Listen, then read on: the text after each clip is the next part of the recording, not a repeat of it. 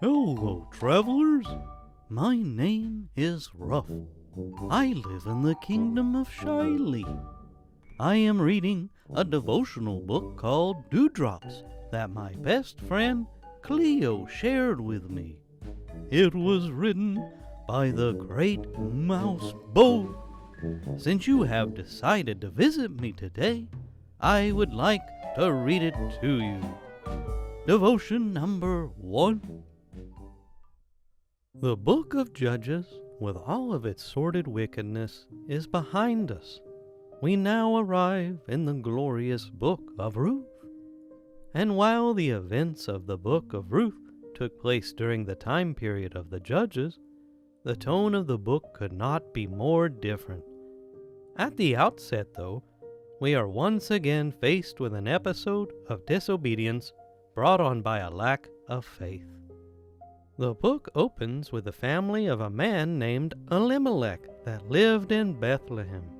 A famine arose, and Elimelech made a horrible decision. He and his family would ride things out in the foreign land of Moab.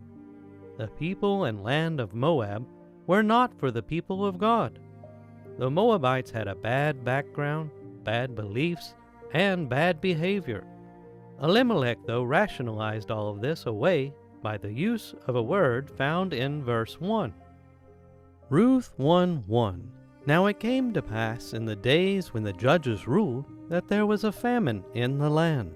And a certain man of Bethlehem, Judah, went to sojourn in the country of Moab, he and his wife and his 2 sons. Sojourn, it means to visit for a while.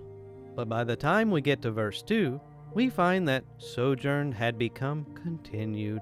And by the time we get to verse 4, continued had become dwelled. A matter of backsliding that Elimelech determined to be temporary became very much permanent. It usually does.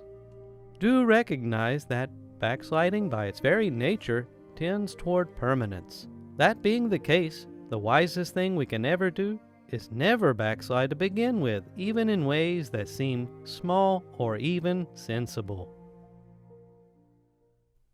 I hope you liked it, and please feel free to visit me again. Have a blessed day.